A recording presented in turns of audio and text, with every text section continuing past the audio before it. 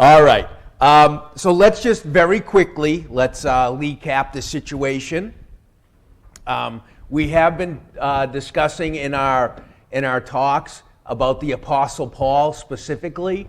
Before our summer break, we looked at some of the background of the Apostle Paul, why he was really the perfect person to spread the gospel message to the Jew first, and then to the Greek, the importance of synagogues everywhere. They were kind of little bastions of truth, or the bastions of the gospel, based upon the Jewish synagogue, and they're really going to become bases of operation for Paul, for the Apostle Paul, and other apostles, really, as they go and they spread the gospel message to the Mediterranean world, but also to other places as well. They're going to run into some major issues, obviously, right?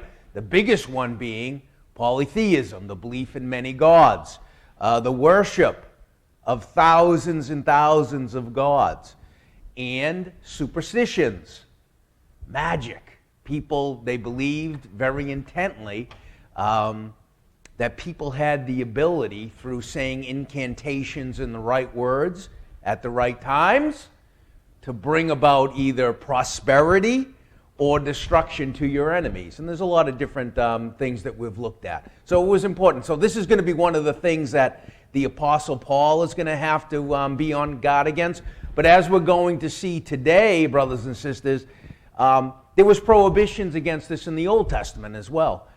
Prohibitions that, as we've already looked at, that they didn't listen to. Because as we looked at in Ezekiel, one of the last things we looked at was, you had female women in Israelite society, in both Israel and Judea,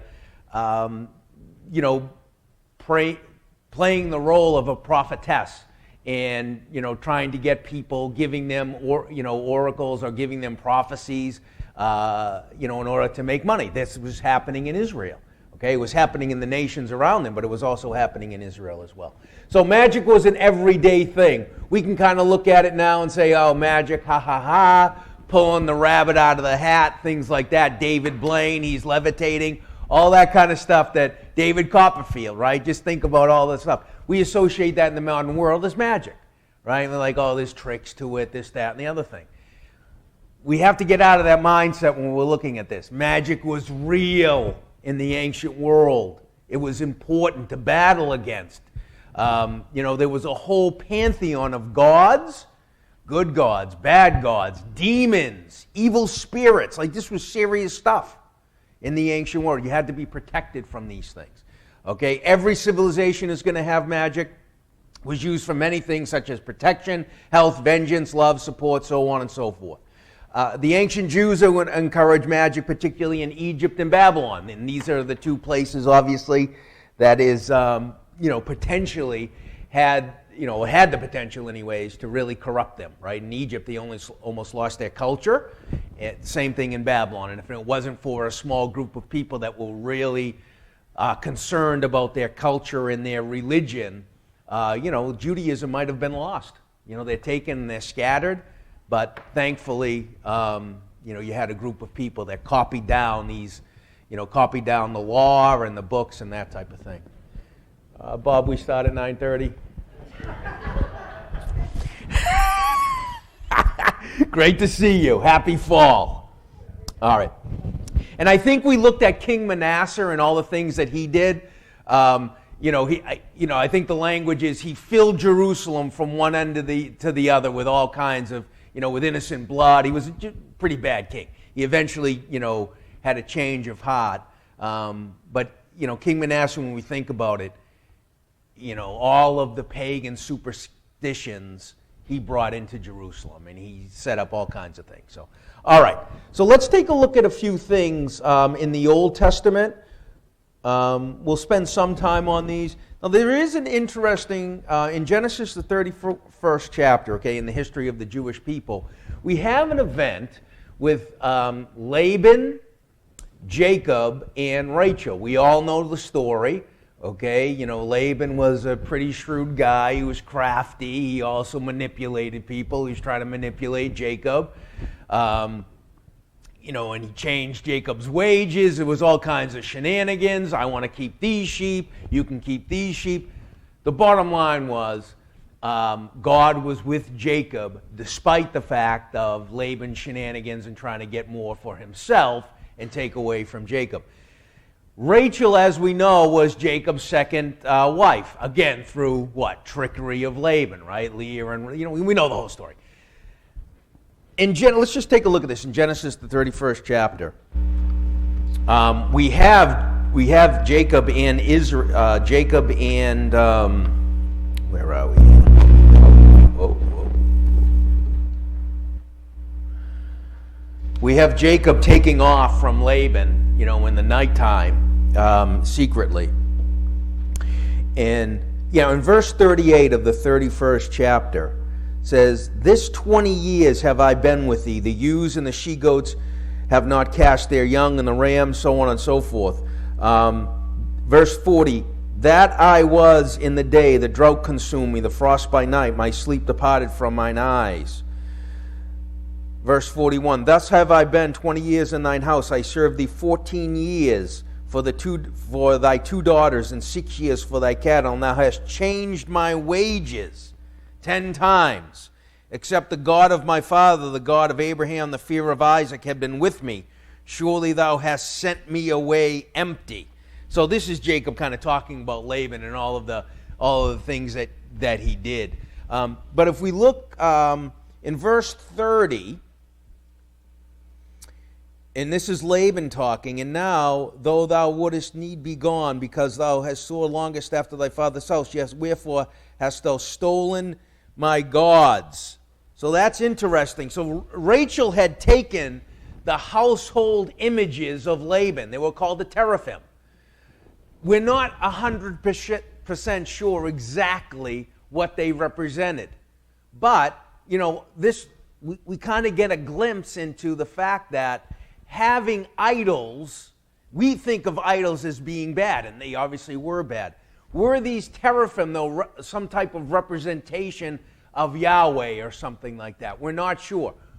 They held significance, however, because the owner of them, if you had these household gods, you were in charge of the house.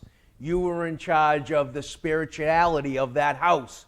And so if you had these gods, you had the power over the spiritual world to bring blessings upon your house. So if Laban had them, they were a sign of authority, of power. If Rachel and Jacob had them, they now had that power. You see what I'm saying? And so that's why Rachel took them. This kind of goes hand in hand with Laban not giving Jacob his just due. And Rachel is going to see that as well and say, "You know what, Laban? Everything that you have should be Jacob's." And so she's going to take these teraphim that had significant power in the ancient world to bring about blessings upon that household. And if you didn't have them, well, how are you going to kind of communicate with the spiritual world? It's going to be very difficult if you don't have these teraphim. So they were very important. If we remember the story of David and Michal, what did Michal put in the bed to kind of trick Saul's men that David wasn't there? David escaped, and what did Michal do? Anyone remember? What did he put in the bed? Remember, she put like some type of idol, right? Or we call it an idol, but there was some type of thing that she put in the bed. Now, what was that thing? Let's look at it actually in 1 Samuel.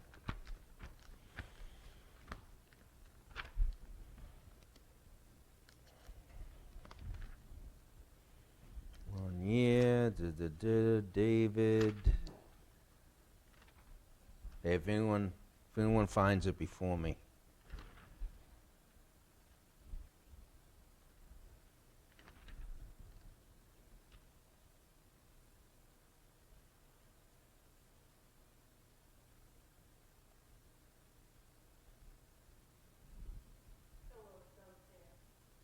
Say it. And what's the chapter? 19, okay. Yeah, so, verse 12. So Michal let David down through a window when he escaped. And Michael, verse 13, and Michael took an image, a teraphim, okay, if you look at the margin, thank you, Sister Nancy, and laid it in the bed and put a pillow of goat's hair for his bolster and covered it with a cloth. So there was some type of something, right? An image, some type of representation. Now, did it have some type of spiritual representation? Did it represent something, Yahweh or something like that? We don't know. Or was it just kind of an image for decoration, right? We don't know. So anyways, that's the same word, is what I'm saying, is that's the same word, that teraphim was some type of image. This one was big enough, though, to, the size, it was this, I guess, right? It was big enough to look like a body in the bed with the goat's hair is here. I don't know. But it's just interesting. That word for image is teraphim, which is the same word that we're looking at with Rachel, Jacob, and Laban. All right? So, just some things to look at. All right, we won't spend too much time on it, but just some interesting things. The Hebrew word is the same word there. So, and it's it's mentioned in the Bible. So these are things that we're not pulling from extra biblical sources. They're actually written here, and we have evidence that what were the ancient Israelites doing with these things? David and Michael had a teraphim in their house. Obviously, with David, a man after God's own heart, David wasn't worshiping other gods. We know that because he followed after Yahweh. So the question is, what did the teraphim represent? We knew there's significant cultural power with it, but what else was there? We just don't know.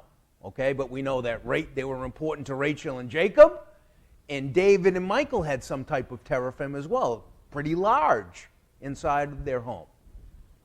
You guys do with that information with the way you want. Do a deep dive on it. I'm not, I don't have all of the answers on it, but it is very interesting, the significance that they placed on these things. Okay? Joseph and the magicians. We know this account. This is from Genesis, the 41st account. And this, Joseph is taken out of prison. The magicians couldn't really figure out what these dreams were. Again, the dreams and also the magicians as well. And so those two things really go together. Remember Joseph before he was taken down to Egypt. What caused all of the jealousy with his brothers? Remember? Dreams, right? So Joseph had this ability to interpret dreams. It was very important in the ancient world. Sometimes it can be very hard to put ourselves into the thought process, into the thinking of ancient people. But imagine if we don't have any other stimuli except for the natural world, right? And all of a sudden, you go into a deep sleep and you have some kind of very vivid dream. We've all had vivid dreams, right? Like you wake up and you're like, oh man, where was I? Now imagine you're in the ancient world and you have some type of vision about sheaves bowing down and the sun and the moon. Imagine you're Pharaoh and you see all of this plenty, these sheaves, and then, thin sheaves come and thin cattle eating fat cattle. This was a scary situation, particularly to Pharaoh, because he knew some type of divine power was trying to contact him. This is what dreams were important. And so if you had the ability to interpret dreams, you had tremendous power. And Joseph is going to show Pharaoh that he had this power. And he says, it's not because of me, I don't have any. But God is, the Holy Spirit, God is helping me and directing me. All right? And so very clearly, brothers and sisters, in the Old and the New Testament, there is a very clear distinction between the works of the Holy Spirit, right, which are of God, and magic, right? The trickery of the nations, the trickery of Egypt, the trickery of Babylon. It can only take you so far, right? And that brings us to Moses and the magicians. Let's take a look at this in a little more detail in Exodus, the 7th chapter.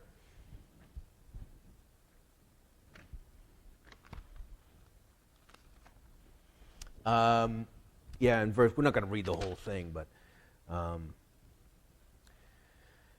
In verse 8, and the Lord spake unto Moses and unto Aaron, when Pharaoh shall speak unto you, saying, show a miracle unto you, then thou shalt say unto Aaron, take thy rod and cast it before Pharaoh, and it shall become a serpent. And so they do this. And Aaron cast down his rod in verse 10 before Pharaoh and his servants, and it became a serpent. Then Pharaoh also caused the wise men and the sorcerers.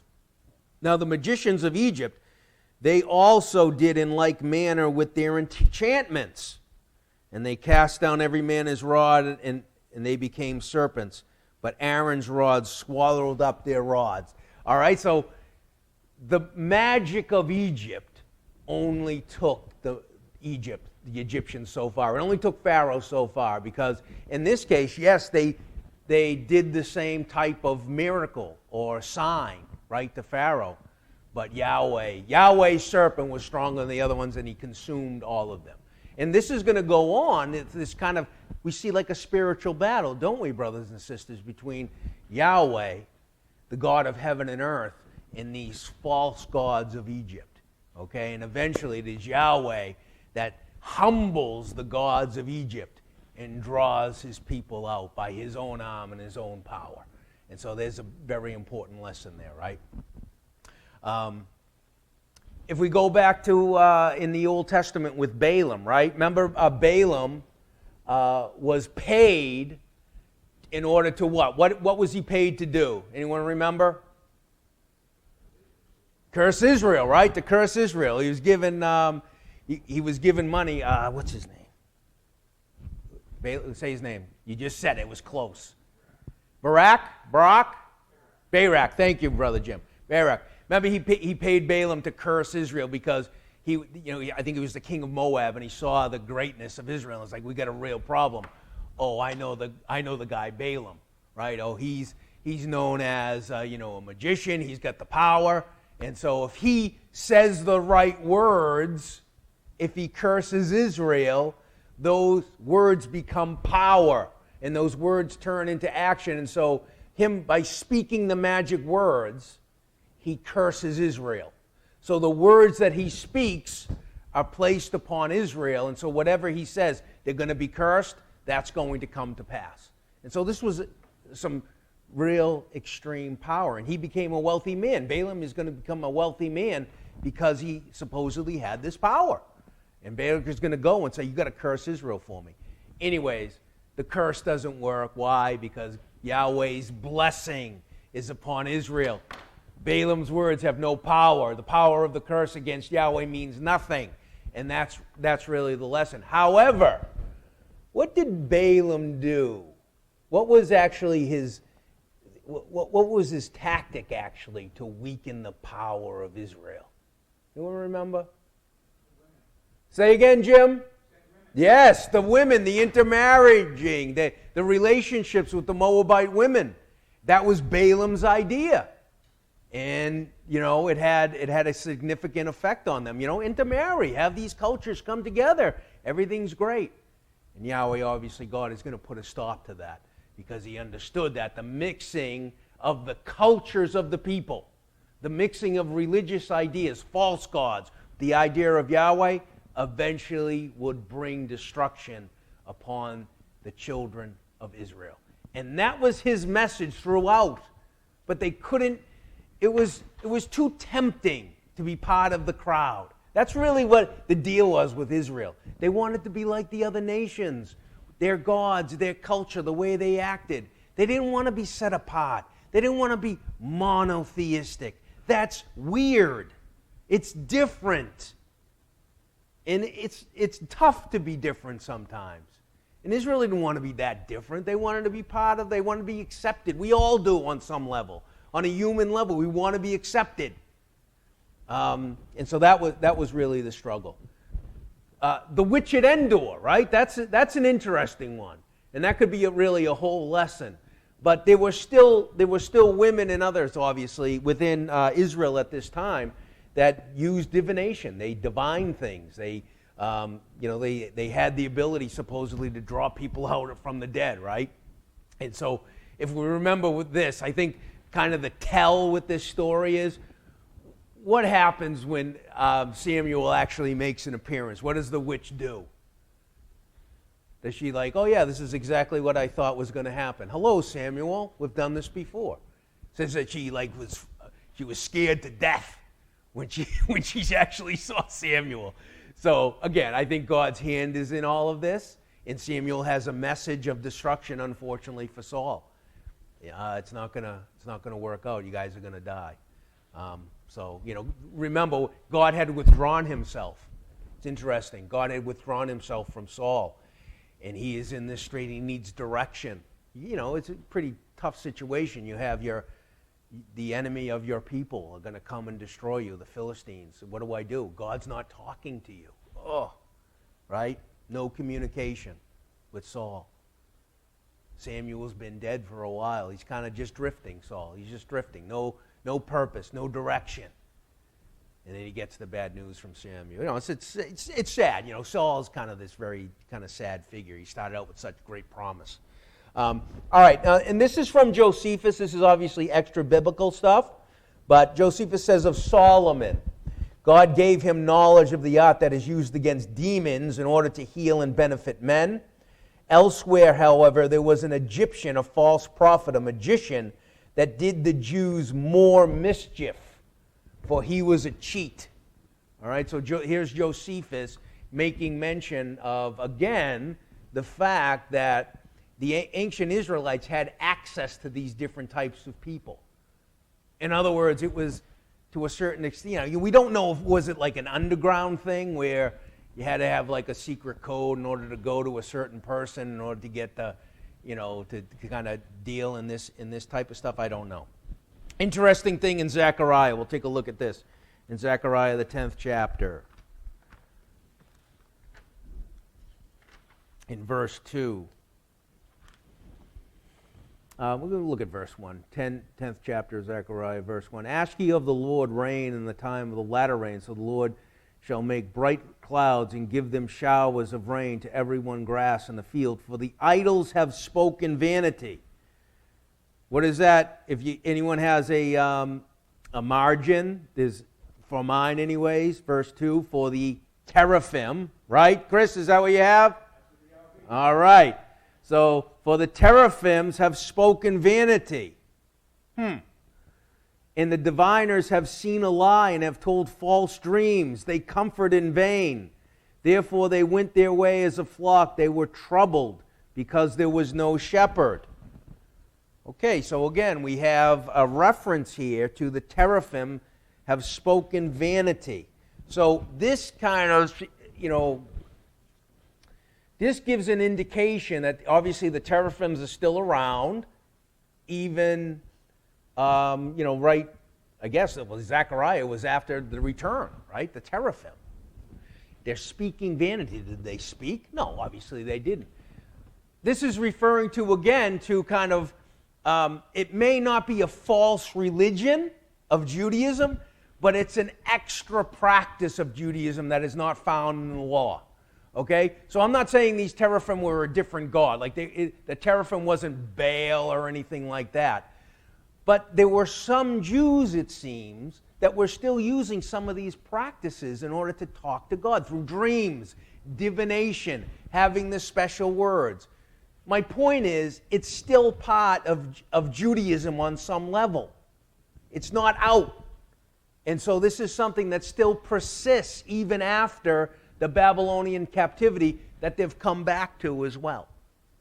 Again, we're not really sure what role the teraphims play, but it seems like they had these idols and there was an intermediary between what the teraphim was saying, right, some type of priest or a priestess or whatever they called them, in order to get some type of message from God. Again, that's outside of temple worship, isn't it? There were also other events. We know from Scripture that remember when you talk about the kings, right? And it says, he did right in the eyes of God. However, the high places were not taken away. Well, what does that mean? We read it over and over again in the history of the kings. The high places were not taken away. What was going on at the high places? So that's right, there was idol worship, Gordon, that's right. The idol worship was still happening in some of these groves, the high places. They would go up to a high hill or a mountain, and on there would be some type of altar or something, and they would alter it to different gods. But the high places as well were also used to worship Yahweh.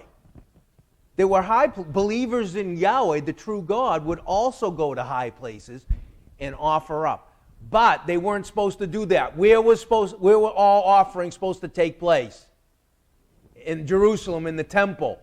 Okay? But we know how human beings are. Hey, I'm tired of those guys in Jerusalem. Paying all the money, the rigmarole. No. I'm going back to nature and have my own high place. Build my own grove, right? And so this is kind of this is why God was opposed to that. It's not like, hey guys, stop worshiping me. God wanted worship. It was like, listen, we can't shatter ourselves into all kinds of small little high places or groves.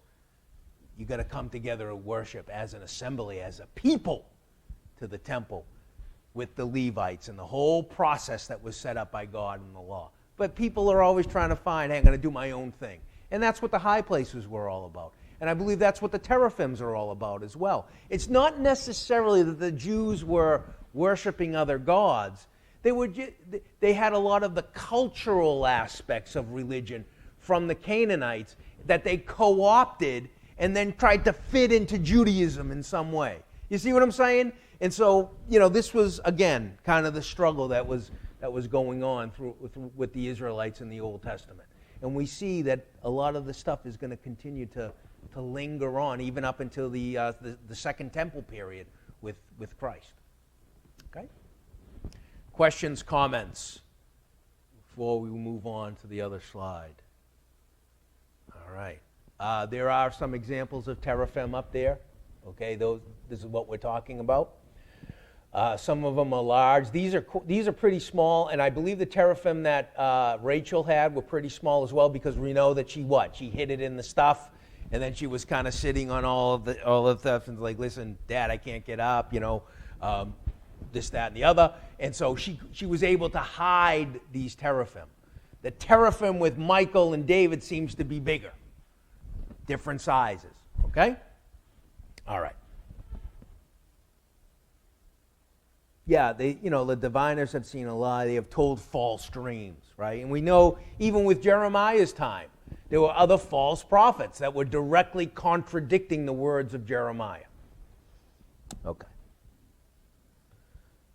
So some other events in the Old Testament, okay? Just very quickly. We're not going to look at all of these. Jezebel, right? Jezebel the witch as well. She also used divinations as well, and she used a lot of that stuff. And let's take a look at this in 2 Kings chapter 9. This is interesting.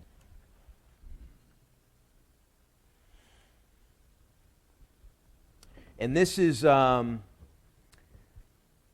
the interaction between Joram, who was the son of Jezebel, and Jehu, who was the scourge of God, bringing retribution on the Ahab and Ahab's house, right? And so Joram is going to see Jehu and say, and it came to pass when Joram saw Jehu that he said, "Is it peace, Jehu? Are you coming in peace?" Jehu's answer, "What peace, so long as the whoredoms of thy mother Jezebel and her witchcrafts are so many." So there was that aspect of Jezebel not only worshiping Baal or Baal, right? We know that she really pushed that, right? The worship of Baal. But it also mentions witchcraft here and divinations, all that kind of stuff as well. And so it sounds like from what Jehu was saying, that Jezebel also played a role in the worship of Baal as well. Some type of, was she a priestess or a sorceress or a witch or whatever? But she played some type of role in the cult worship of Baal. So it wasn't just like, hey, if you guys want to worship Baal, that's cool. You want to worship Yahweh, also cool. No. This was Jezebel actually pushing this religion to the detriment of Judaism. We're going to wipe out Judaism. Baal is going to be the center of worship. And frankly, I'm going to be the one running the show. Because Jezebel is much more active active in religious things than Ahab. Ahab's just like, he's a problem all the time. He can't get Nabab. Remember, he can't get Nadab's vineyard, so he goes and sulks. And Jezebel's like, don't worry about it. I'm going to, the whole thing. So, not great. So she was definitely active, very powerful when it came to the worship of Baal, particularly up in the north in Israel. All right? Let's take a look at this. This, again, just to show you that the importance of magic and divination. Nebuchadnezzar in Ezekiel 21. What is Nebuchadnezzar doing?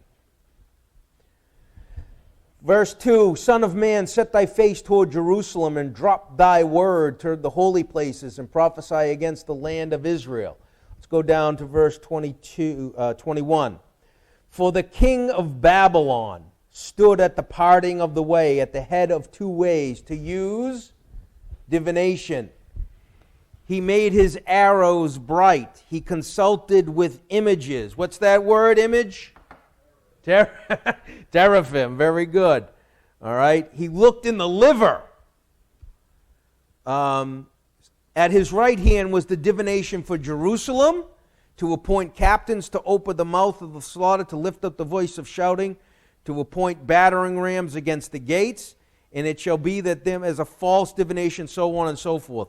So here we have Nebuchadnezzar using divinations. He's looking at the liver. Anyone know what that refers to? Interesting ancient practice. You would open up a sheep or a ram or something like that, okay? You would look at the internals. You would take the internals, particularly the liver or the kidneys, things of that nature, and you would look at the liver. If the liver looked a certain way, good to go. If there was a problem with the liver or a spot or something like that, bad news. Don't do it. Okay? Nebuchadnezzar got the right answer when they looked at the liver. Okay? When his magicians, remember, and the sorcerers and all the wise men, he had these people. What else did he do? It says there. Well, his arrows bright, his knives bright. Again, using different types of things, how they looked, how they feel, that type of thing, dreams, divination, in order to make the determination. Do I go to Jerusalem? Do I attack it? Or do I bypass it and go down to Egypt? And so Nebuchadnezzar is using all of these things, and this was important to Nebuchadnezzar. We can laugh at it right now. Oh, you're looking at a liver? Well, what does the liver say? You would never do that. That would be extremely disrespectful to the gods and to Nebuchadnezzar. Nebuchadnezzar would probably have you killed, right? So this was important stuff. And if you had the ability to somehow communicate with the spiritual world in the ancient world, you had tremendous power. Tremendous power. And this is why it was so important. Okay? Daniel in Babylon, right? This is really where the Jews come face to face with all the knowledge of the world. All the knowledge of the world is right there. And they're going to come in contact with all of these different cultures that are in Babylon, all of these different people, all of these different gods and ideas, all these different, all the magicians, the magic of the ancient world. Think about it, Babylon. Babylon, always in Scripture, represents the world, the evils of the world. And here were God's people smack dab in the middle of a place that was spiritually and physically foreign to them. Think about that. And that's why I think it's such a wonderful story of hope and determination of the Jewish people, that even in that situation, what did they do? They came together. This is where the idea of a synagogue comes in. Well, we need 12 people. Let's get them together. Let's say our prayers. Let's read, right? Let's continue on the tradition. Let's teach it to our children. Let's read the sacred books. Well, I have a piece here of Genesis. Well, I have a piece here of Isaiah. Well, let's get all of these sacred scriptures together. Let's put them in one book. Let's copy them down. And that's what they did in that 70 years. It's a marvelous story. It's wonderful. And this is why we have the Old Testament. This is God's hand involved in all of this. And nameless people, we have no idea who these people are that copied down and kept for us the sacred writings of God. We have them, and we have the New Testament as well, which is obviously built upon the Old Testament. Okay, running out of time. Book of Mysteries, Jewish book of spells and magic from 300 A.D., right? This is actually when, right around the time that Christianity is going to become the state religion of the Roman world, right around this time. Well, the Jews at this time have a whole book on mystical ideas. And this is where, anyone ever hear the term Kabbalah? Okay? Madonna is into Kabbalah stuff. Okay? A lot of mystical different types of things. Okay? Secret meanings of words found in the Torah. Secret numbers found in the Torah. That type of thing. You want to do a deep dive into this stuff? Whew! Got a lot of interesting ideas from the Kabbalah and from Jewish mysticism. Okay? All right. Just very well.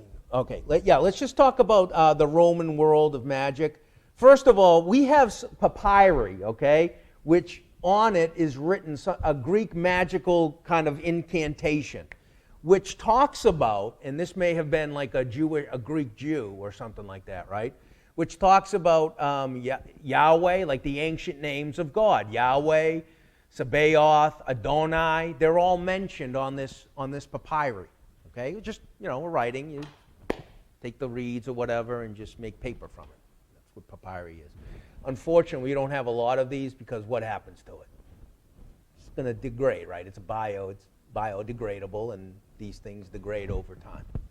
All right. Egyptian magic, again, magical papyri, recipes for spells. We talked about this last time. You can't just go up there and willy-nilly say words in the magic game. Can't do it. All right? You have to say the right words at the right time. We even talked about that on the walls of the Great Pyramid, okay? When you see a picture of the pyramids, just say, oh, there's magic spells on the walls inside of that Great Pyramid to help the pharaoh get to the afterlife. You can go there and you look at it, like, oh, look at it. They put them right in the walls. And so when Pharaoh is resurrected right out of it, the first thing he does is, I got to get out of here. I got to say the magic words that are written on the wall. They were nice to the Pharaoh. They said it was important. Just put it on the walls. He can't miss it when they're on the walls, right? And this is how important it was to the Egyptians. All right. The upper class of Rome, they kind of looked down upon, the people that believed in magic, like, we're superior. We're very smart people. That's for the riffraff, the plebeians, right? Judy, I'm sure you've said that a few times, right? All right. Magic was outlawed in early Roman law. This didn't obviously stop people. They continued on. It was very important. Pliny the Elder, and again, if you notice the time, he's going to live for 50 years, 29 to 79. This is right around the time of Jesus and also the destruction of the temple as well. This is what he wrote. There is no one who is not afraid of becoming the subject of lethal spells. People who are afraid of getting a spell cast upon them. All right? And so this was serious. Imagine having a magic spell cast upon you. Well, what are you going to do? Well, I gotta go to my own person and get a defensive spell that will protect. Ben, you laugh. This is serious. You need to get a defensive spell to stop this guy from doing the bad spell on you, all right? So everyone's afraid of this, by the way. This is not something I'm making up. They were afraid of this kind of stuff. What else here? Yeah, certain women and men were known to cast spells on people for a fee. All right? Sister Brenda, she knew the spells. So, if I'm having trouble, with Paul, and say, look, Brenda, can you cast a spell on Paul, please? I've had it with him. All right? She's saying no, but for a fee, Paul. Right? Right? And certain spells, depending on the severity of the spell, more money. Okay? You want a simple spell, maybe, he sprains his foot, low level. You want a really bad disease or a curse, it's going to cost you. And this was a big business. Again, we joke about it now, but this was big business. This was serious business. All right? Curses by enemies were greatly feared. Voodoo dolls of your enemies, right? This, takes place in voodooism now in Haiti, on a pretty wide level, which I think is one of the issues that the Haitians are dealing with. But anyways, you would get, particularly in the ancient world, you'd have like a representation of your enemy or somebody, right? And you would say a curse, you would say the words of the curse while injuring the doll that you had, okay? So if you wanted them to die like of a heart attack or something like that, you would say the words, and then on the doll, you would stab it in the heart or something like that. And now you've just given power to the curse, all right? Imagine living and feel like this, So, not only are you dealing with a hostile, spiritual world, you're also dealing with hostile human beings who are trying to put curses on you. So, and this is why it was important to have some type of defense against this, all right? And this is some of the ideas prevalent in the ancient world. This is what the gospel is up against. This is what the Apostle Paul is up against as well. All right? This will be our last slide. No, this will be our second to last slide. All right, again, Roman magic characteristics, complicated rituals, spells, recipes, sequential utterance of divine names and nonsense syllables, in the hope of hitting on the right password. Okay? So again, you have to say the right words. It was a whole thing you had to go through. Okay? Magic from all over the world is powerful. Just like gods, if you were from Mesopotamia and you brought your ideas of gods to Rome, no problem. Your gods are still effective here. You're allowed. In fact, if you didn't worship your own gods, in a different country, people would look at you differently. But they were accepted.